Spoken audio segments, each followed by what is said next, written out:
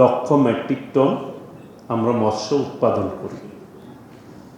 এর মধ্যে 5 লক্ষ টন হচ্ছে ইলিশ মাছ। ইলিশ কিন্তু জিআই পণ্য আমাদের, এবং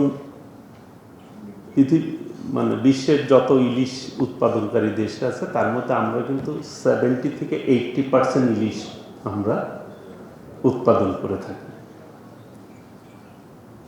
এবার আমরা ইলিশ ঝাটকা যাতে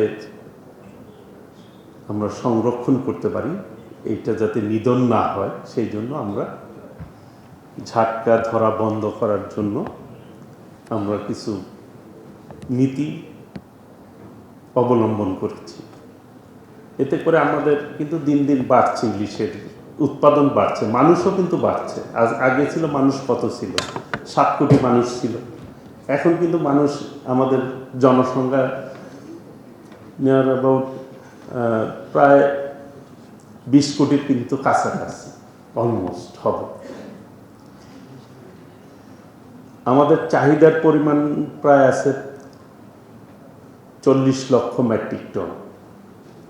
আমরা কিন্তু 90,000 মেট্রিক টন আমরা কিন্তু বিদেশে রপ্তানি করি মাছ।